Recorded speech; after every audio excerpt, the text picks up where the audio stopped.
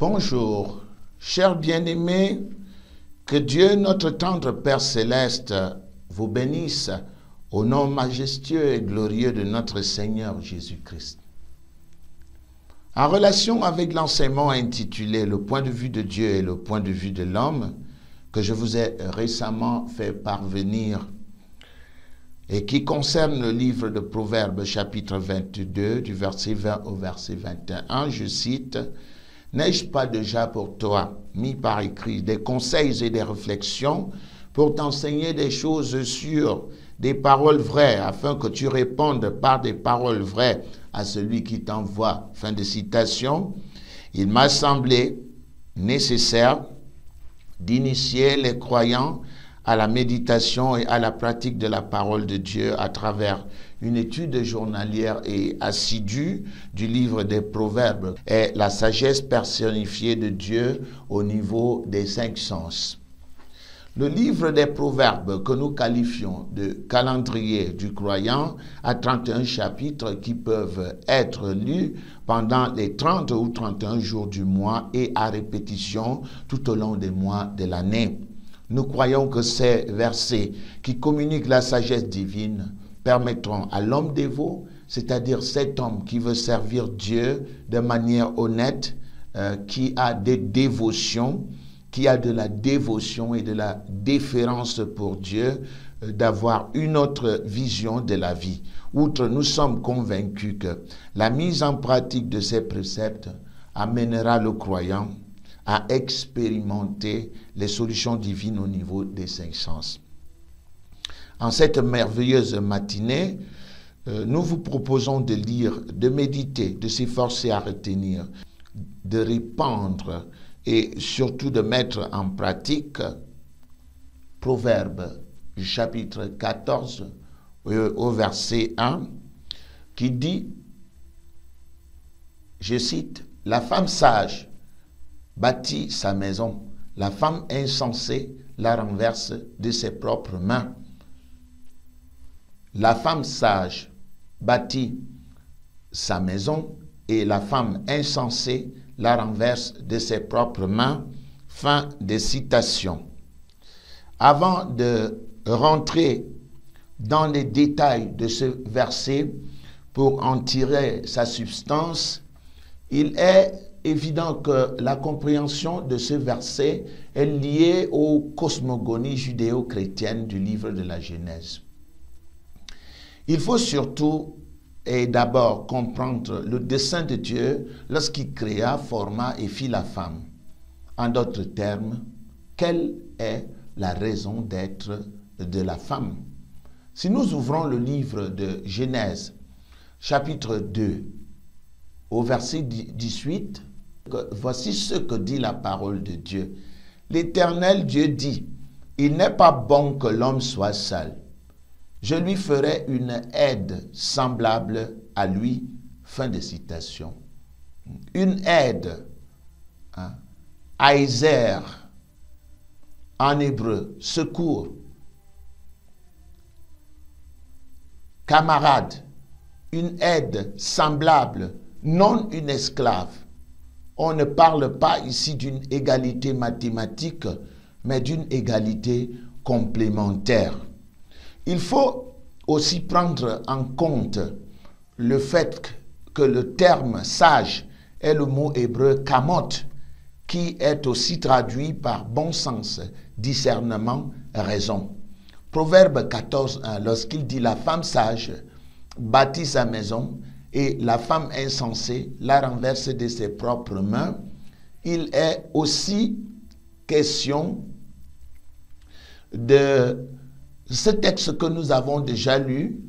Nous parlions tantôt d'une égalité complémentaire, à savoir la femme apporte à l'homme ce qu'il n'a pas et de même l'homme apporte à la femme ce qu'elle n'a pas. À partir de ce texte, l'on peut voir que les injustices qui surviennent aujourd'hui à l'égard de la femme ne sont pas le fait de Dieu, mais la conséquence du péché de l'homme, comme affirment les Écritures en Genèse 3:15, 3:16, autant pour moi.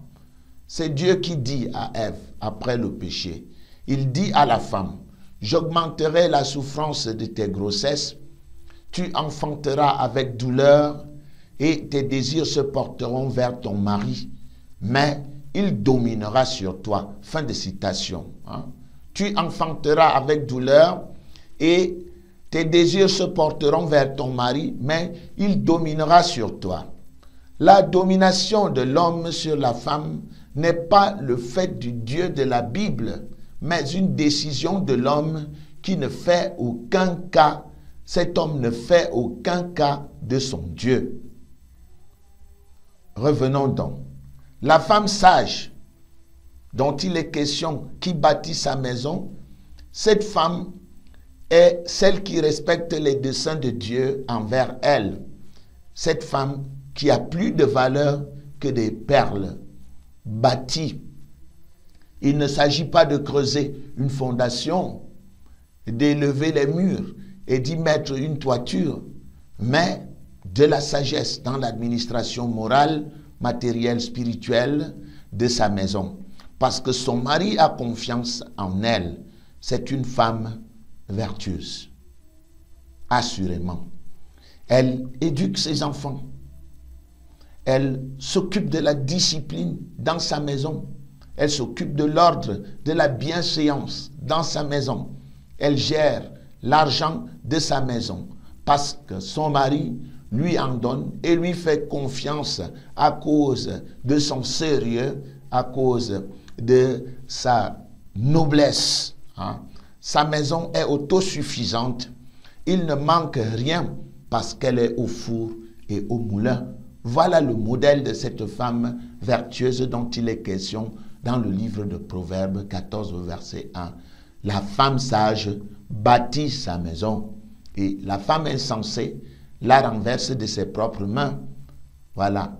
La femme insensée, en fait, elle n'est pas l'amie de son mari. C'est le modèle de Delilah qui livra Samson, son mari, au bourreau. C'est le modèle de Jézabel, la femme du roi Achab, qui a amené le règne de son mari à tomber. Elle est le contraire de ce qui est écrit ici en 1 Pierre chapitre 3 du verset 1 au verset 6.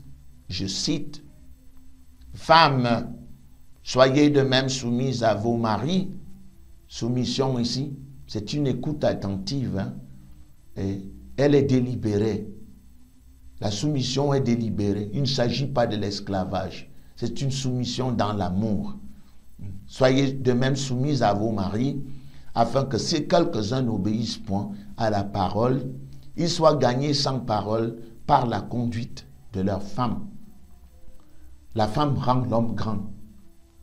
C'est parce que Dieu l'a conçue pour être l'aide, celle qui l'amène à atteindre son plein potentiel. Et c'est pour cela que le comportement de la femme influence son mari.